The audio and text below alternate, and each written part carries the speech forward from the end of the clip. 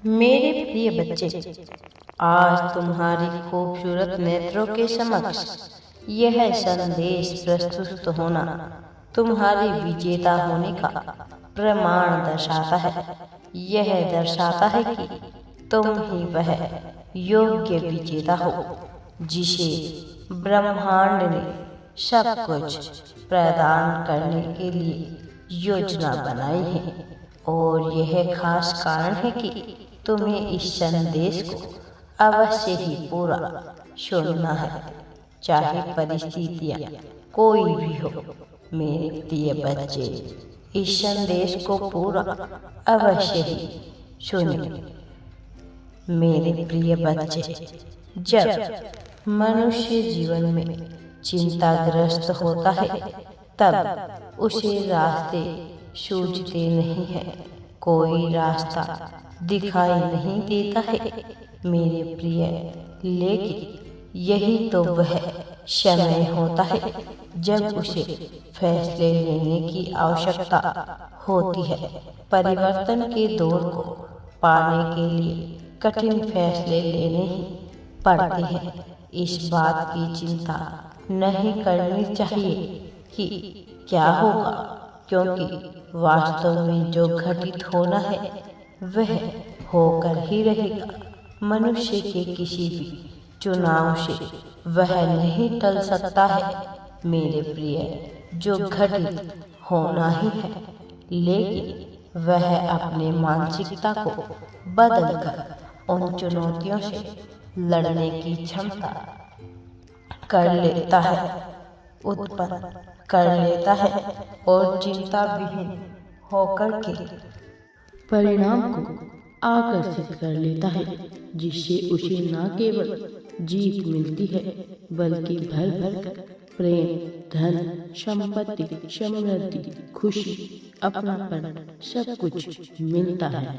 अपने आप को सदैव ही एक प्रारंभिक योद्धा के तौर पर रखो, क्योंकि ऐसा करने से तुम्हारा समर्पण झलकता है। मेरे प्रिय बच्चे, ऐसा होने से ऐसा लगता है कि तुम प्रकृति पर पूर्ण विश्वास रखे हुए हो। मेरे प्रिय बच्चे, जो मनुष्य अपनी खुशियों के लिए दूसरों पर आश्रित होता है वह भला खुश कैसे रह सकता है, क्योंकि उसने अपने जीवन की भागदौड़, अपने जीत की खुशियों की चाबी, अपनी प्रसन्नता की बागडोर, उसकी कमान किसी और व्यक्ति के हाथों में दी हुई होती है। ऐसा व्यक्ति यदि जीत की आकांक्षा करे तो यह तो उपहास का पात्र है। मात्र मेरे प्रिय बच्चे, जो मनुष्य दूसरों के कुछ कह देने से, मात्र से, दूसरों के डांट देने से, दूसरों के ताना मारने से या फिर दूसरों द्वारा मजाक उड़ाए जाने से, दूसरों के द्वारा अपनी निंदा किए जाने से अपनी खुशियों का गला घोट देता है, वह मनुष्य कभी भी सार्थक रूप से जीत को पा ही नहीं सकता है, क्योंकि उसने अपने जीवन की बागडोर किसी और के हाथों में दे दी है। क्योंकि अब वह दूसरों के द्वारा नियंत्रित हो रहा है। किसी की बातें उसे बुरी लगी है तो वह दुखी हो गया, किसी ने प्रशंसा कर दी तो वह सुखी हो गया। ऐसे सुख दुख के फेर जाल में फंसा व्यक्ति सदैव ही दुख में रहता है। वह खुशी को पाने के योग्य ही नहीं होता है। मेरे प्रिय, जो तुम पाना चाहते हो वह तुम्हें बनना होगा और अपने जीवन की संपूर्ण बागडोर अपने हाथों में ही रखनी होगी। चाहे कोई कुछ भी कहे, तुम्हारा अपने प्रति पूर्ण समर्पण होना ही चाहिए। चाहे कोई तुम्हें सही समझे अथवा गलत समझे, इन बातों का तुम पर विशेष प्रभाव पड़ना नहीं चाहिए। मेरे प्रिय बच्चे, उस योद्धा के रूप में सदैव अपने आप को देखो जो मुश्किल परिस्थिति में भी जीतने का हक रखता है, जो मुश्किल से मुश्किल परिस्थिति में भी लड़ने से पीछे नहीं हटता। अपने आप को थोड़ा मूल्य दो, अपने आप को थोड़ा बेहतर मानो। जीवन में परिवर्तन होता चला जाएगा। मेरे प्यारे बच्चे, आगे बढ़ो, मैं तुम्हारे साथ हूँ। तुम्हें हर हाल में खुश रहना ही होगा, तुम्हें घबराना नहीं है। ऐसी चीज़ों की, ऐसी क्रियाओं के, ऐसे लोगों के आसपास रहो जो तुम्हें जीवंत महसूस कराते हो, ना कि तुम्हारी निंदा करते हो, ना कि तुम्हें छोटा दर्शाते हो। मेरे प्रिय बच्चे, इस बात से कोई फर्क नहीं पड़ता कि लोग तुम्हारे बारे में क्या सोचते हैं। लोग तुम्हें अच्छा सोचे या बुरा, फर्क केवल इस बात का पड़ता है कि तुम अपने बारे में कैसा सोचते हो।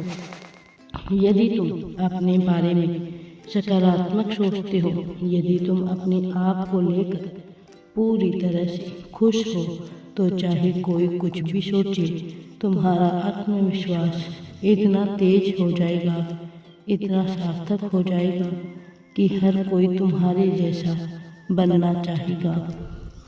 अपने आप से प्रेम होने का अर्थ यह है कि तुम अपने आप को शारीरिक, मानसिक, आध्यात्मिक हर तल पर, हर रूप से स्वीकार कर लो।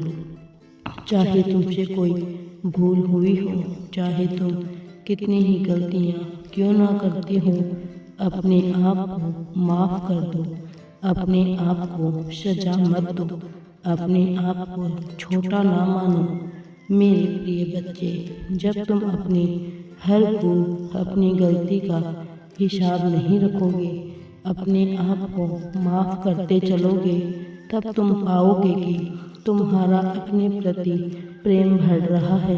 अपने आप को सदैव साफ सुथरा, स्वच्छ रखो। स्वच्छ कपड़े पहनो, उन कपड़ों को पूरी तरह से सार्थक बनाओ।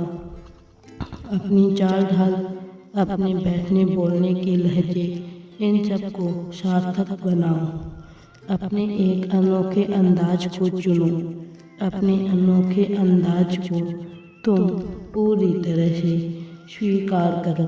तुम्हें किसी को कुछ दिखाना नहीं है, कुछ दर्शाना नहीं है, लेकिन जब तुम अपने अनोखे अंदाज के साथ जीवन जियोगे तो तुम्हारी प्रशंसा करेगा। हर कोई तुमसे प्रेरणा लेना चाहेगा, हर कोई तुम्हारे जैसा बनना चाहेगा। अपने शरीर की आवाज़ सुनो। जब तुम अपने शरीर की आवाज़ सुनोगे, तभी तुम स्वास्थ्य को लेकर खुशहाली की ओर बढ़ पाओगे। भले ही तुम्हारा कितना ही मन क्यों ना कर रहा हो कुछ खाने का, लेकिन तुम्हारा शरीर तुमसे यह बता रहा है कि अब खाने का समय नहीं है, तो फिर सही जगह नहीं है, तो फिर तुम्हें उस सर्वाधिक अति प्रिय भोजन को भी त्यागना होगा। यदि तुम्हारा पेट भरा हुआ है, बावजूद तुम खा रहे हो क्योंकि तुम्हारे सामने कुछ उपस्थित हो गया है, तुम्हें कुछ खिलाया जा रहा है, तो यह अपने ही शरीर के द्वारा बेईमानी करना हुआ। मेरे प्रिय बच्चे, खाने को पूरी निष्ठा के साथ खा जाओ। ऐसे खाओ जैसे यह प्रकृति का प्रसाद हो, ईश्वर का प्रसाद हो। मेरे प्यारे बच्चे, अपने भोजन को लेकर, अपनी क्रियाओं को लेकर तुम कभी भी, अपनी निंद्रा को लेकर, अपनी सफाई को लेकर, अपनी स्वच्छता वाणी को लेकर, अपने पहनावे को लेकर तुम्हें सजग होना होगा। तुम्हें इन बातों को लेकर पूरी तरह से अनुशासित होना होगा। जब तुम इन्हें लेकर अनुशासित होंगे तो जीवन में अनुशासन झलकने लगेगा और तुम्हारे लिए अभी सबसे महत्वपूर्ण अनुशासन ही है जब तुम अनुशासनमत रूप से जीवन जियोगे तब तुम्हें सब कुछ अपने पक्ष में होता हुआ दिखाई देगा। मेरे प्रिय बच्चे, मेरा आशीर्वाद सदैव तुम्हारे साथ है। हर हर महादेव जी। वीडियो पसंद आए तो लाइक, शेयर एंड चैनल को सब्सक्राइब जरूर करें। कमेंट में हर हर महादेव या ओम नमः शिवाय अवश्य टाइप करें।